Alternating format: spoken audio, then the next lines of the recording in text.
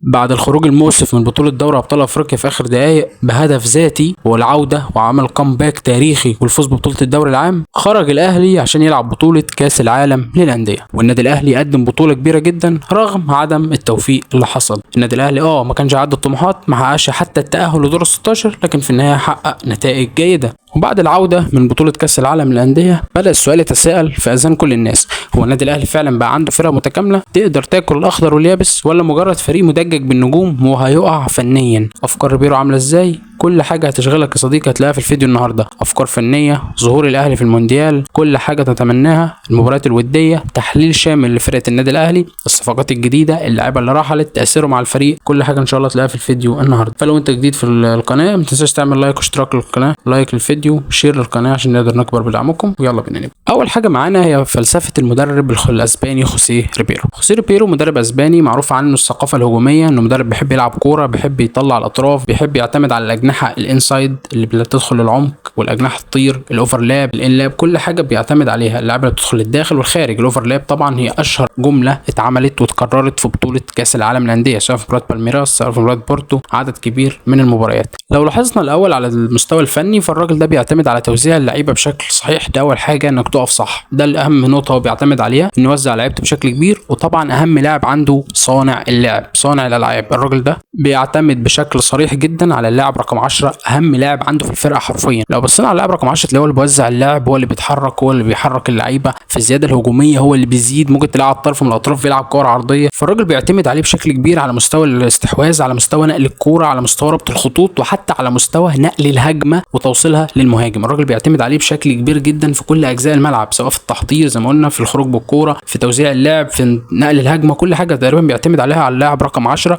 الاثنين خط الوسط هم بيكونوا مموهين ان هو اللاعب ده يقدر ياخد الكوره في النهايه ويقدر يتحرك. عشان كده اصابه امام عاشور كانت فارقه جدا جدا جدا في مشوار الاهلي في المونديال. لكن لقينا مفاجاه، هو انه بدا يعتمد على زيزو، ان هو اللي ينقل له الفرقه. زيزو هو اللي بدا يدخل في عمق الملعب، هو اللي بدا يستلم الهجمات، هو اللي بدا يحاول يوصل الهجمه بشكل كبير جدا، وبدا هو ياخد دور امام عاشور. فدي اهم نقطه، هو انه بيعتمد على اللاعب رقم 10 بشكل صريح.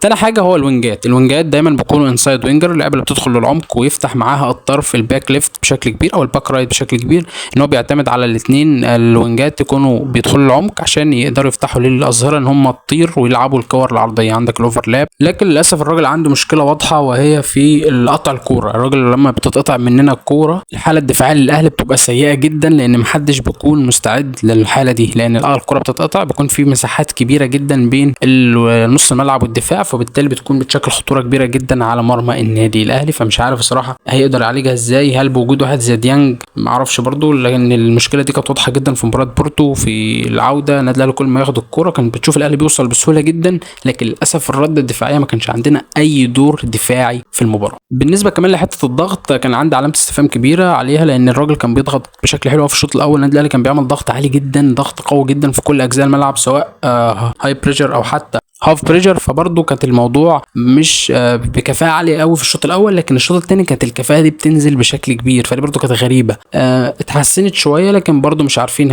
هل هتكمل على كده. هتكون مشكله كبيره طبعا ان انا اقدر العب الشوط الاول بشكل عالي قوي، الشوط الثاني انزل قوي. فالفكره كان في جاب كبير جدا بين الاداء البدني على مستوى الشوطين، وده طبعا بسبب الضغط العالي اللي كان بيعمله في الشوط الاول. ده كان تحليل سريع كده لاهم الاجزاء اللي الراجل بيعتمد عليها بشكل كبير. وندخل على النقطه الثانيه، وهي الصفقات بتاعه النادي الاهلي. النادي الاهلي كان تعاقد مع زيزو قبل المونديال، كان تعاقد مع تريزيجيه، كان تعاقد مع محمد علي بن رمضان، عودة اليو ديانج من الاعاره. صفقات كانت كلها كويسه جدا وقويه جدا جدا. بعد كاس العالم للانديه الاهلي تعاقد مع محمد شريف طبعا في مركز المهاجم، فبرضه ادى دعم كبير جدا للمركز ده. فاعتقد مركز الهجوم بشكل عام متكامل، رغم رحيل وسام ابو علي. رحيل طبعا وسام مؤثر جدا، الراجل كان بيعمل لك ضغط عالي مرعب، الراجل كان رهيب في حته الضغط، الراجل فينيشر اعلى من كل اللي عندك. لكن بالنسبه لي جراديشار لعيب كوره اكتر، لكن طبعا هو مش مهاجم ولا حاسم زي وسام ابو علي. رحيل وسام مؤثر اكيد، لكن مش هينزل بالفرقه المستوى صعب، لان انت عندك اللي يعوض بشكل كبير، عندك تريزيجيه، بن شرقي، زيزو، لعيبه كتير جدا تقدر تاثر بشكل كبير جدا على المستوى الهجومي. فبالنسبه لي التاثير مش هيكون واضح، مش هيكون كبير يعني. فاعتقد ان موضوع رحيل وسام مش مؤثر بشكل مرعب، لكن بعد كده هتحتاج انك تدعم بمهاجم تقيل، لان انت ما عندكش حد شبه وسام على مستوى الدوري المصري. بالنسبه لخط الوسط النادي الاهلي زي ما قلت تعاقد مع محمد علي بن رمضان، رجع اليو ديانج، فبالنسبه لي برضو ادى دعم كبير جدا للمركز ده. طبعا رحيل السوليه كان حاجه صعبه، كلنا بنحب السوليه، لكن حتى عوده حمدي فتحي الكلام انه رجع ممكن يجي البيراميدز والكلام ده، لكن حتى لو تم التعاقد معاه ما كانش هيكون مؤثر بشكل كبير. فبالنسبه للحته دي النادي الاهلي ما عندوش اي مشكله في الحته اللعيبه اللي هي لاعب الوسط الدفاعي او الديفندر. كمان عندك كوكا، عندك مروان عطيه، عندك اليو ديانج، فانت عندك لعيبه كتير جدا بتامن الحته دي بشكل كبير. لو كوكا رحل فانت هيكون محتاج واحد، لكن انت كمان عندك احمد رضا اللاعب اللي تعاقد معاه من نادي بتروجيت. على المستوى الهجومي حدث ولا حرج، عندك امام عاشور، عندك قفشه راجل معجب بيه جدا وبيلعبه بشكل كبير، فبرضه انت مأمن مع محمد علي بن رمضان، عندك اليو ديانج زي ما قلنا، لعيبه كتير جدا في خط الوسط. بالنسبه لخط الدفاع كان فيها مشكله واضحه جدا عند النادي الاهلي. النادي الاهلي كان محتاج حد على المستوى الدفاعي يشيل الفرقه بعد رحيل محمد عبد المنعم. الوضع كان مأساوي بشكل كبير. النادي الاهلي من وقت رحيل عبد المنعم ما جابش مدافع بالجوده دي، وللاسف ده مأثر جدا على اداء النادي الاهلي على المستوى الدفاعي.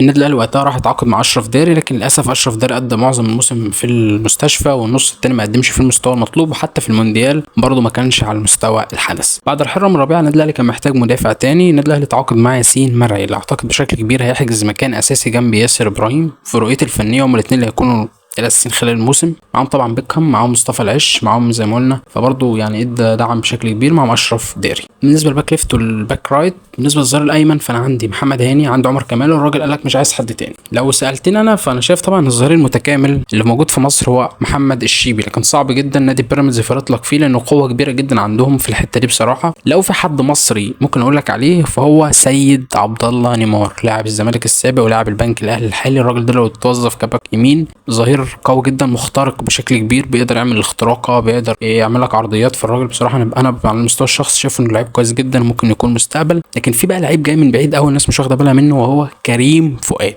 كريم فؤاد اصلا مركزه الاساسي كان باك رايت في انبي، فالراجل لو توظف في المكان ده هيبقى مميز جدا جدا. كريم من اللعيبه بقى اللي هو شبه نيمار، مخترق، بيلعب عرضيات الكلام ده. فانا بصراحه شايف كريم كمان ممكن يبقى في الحته دي كويس جدا. وكمان في حته الشمال فهو برضه بيلعب في مركز الباك ليفت، واخر مباراه عامل اسيست من في المباراه الوديه الاخيره او قصاد بتروجيت. وكمان عندنا في الباك ليفت طبعا كوكا بيتوظف فيها، وتعاقدنا مع محمد شكري لاعب سيراميك كليوباترا، وتم رحيل كريم الدبيس. بصوا يا جماعه مركز الباك ليفت اتكلم فيها شويه. للاسف الناس بتقارن ما بين علي معلول واي حد هيجي في الحته دي. يا جماعه مفيش مقارنه، لانك هتظلم اللاعب ده. علي معلول هو لاعب متكامل شامل في كل حاجه، هداف، بيصنع، بيكمل، بيزيد، بيقطع، كل ما تتمناه في الظهير بتاعك موجود في النجم الكبير علي معلول. اللي رحيله طبعا كان مؤثر جدا جدا جدا على كل جمهور النادي الاهلي، وانا واحد شخصيا تاثرت جدا جدا برحيله، كنت اتمنى استمراره مع الفريق، لكن هي دي سنه الحياه. علي معلول يعني بتحبه، ما اعتقدش الفهل هو مش بيحبه اصلا، لكن لو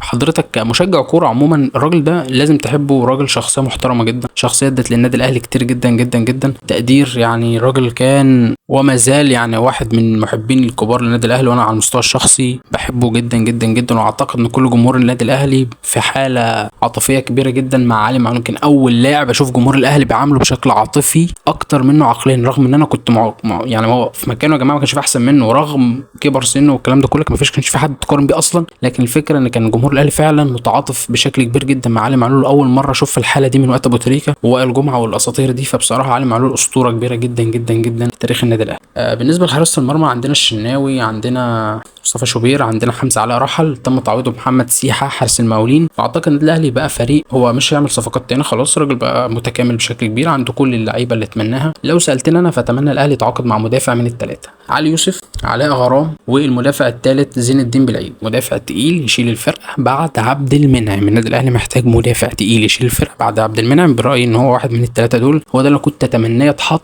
على اللعيبه دي. بدل اشرف داري تجيب مدافع محترم طبعا مع استمرار وسام، لكن بعد رحيل وسام وهزه الدفاع ما اضمنش. لكن اعتقد ان الاهلي هو المرشح الاول لبطوله الدوري، المرشح الاول لبطوله دوري ابطال افريقيا هذا. الموسم، لكن ما اضمنش مستوى المنافسات العالميه والاحتكاكات العالميه هتكون عامله ازاي في عدم وجود مدافع تقيل، قائد خط الدفاع مش موجود، ومهاجم سفاح زي وسام، فبرضه بعتقد الموضوع هيأثر بشكل كبير. اصدقائي دي كانت حلقه مهمه جدا، اتكلمنا فيها عن الاهلي، عن صفقاته، عن احتياجاته ومستوى الفني، الرؤيه الفنيه للريبير، وكل حاجه محتاجها هتلاقيها في الفيديو ده، فاتكلمنا عنها بشكل تفصيلي جدا. اتمنى تكون عجبتكم، واتمنى تعملوا لايك للفيديو لو عجبكم، واشتراك للقناه وشير للقناه عشان نقدر نكبر بدعمكم. للاسف الاحصائيات اللي عندنا ان في مشاكل كبيره جدا على مستوى المشاهدات والاشتراكات، مشاهدات عاليه لكن الاشتراكات قليله جدا، فاتمنى من حضرتك لو شفت الفيديو وعجب حضرتك تضغط اشتراك وتفعل زر الجرس عشان توصلك التنبيهات وتقدر تتفرج علينا وتتابعنا بشكل كبير. في النهايه اصدقائي لو وصلتوا لحد هنا فانا بشكركم جدا جدا على متابعتكم للفيديو. وبالنسبه لجمهور النادي الاهلي فدي حلقه كانت مهمه جدا. النادي الاهلي طبعا نادي كبير وجمهوره عظيم جدا جدا، هو احد اساطير كره القدم، احد الانديه الاسطوريه في كره القدم. نادي الزمالك برضو اتعمل له فيديو عملنا عن نادي الزمالك بالتفصيل، نادي الوفاء والاخلاص، جمهور الوفي جدا اللي انا اعتقد انه اوفى جمهور في العالم اقسم بالله بيحب النادي بشكل كبير جدا، فبرضو عملنا له فيديو تقدر تتفرج عليه لو حضرتك زملكاوي. اصدقائي كانت يعني حلقتنا النهارده، اتمنى تكون عجبتكم ونالت اعجابكم، والسلام عليكم. ولاننا الاهلي نقدر نقوم، لو الهزيمه بيوم النصر يولد 1000 يوم. الليله ليله الابطال ونسر الاهلي هيرفرف في تالتة شمال.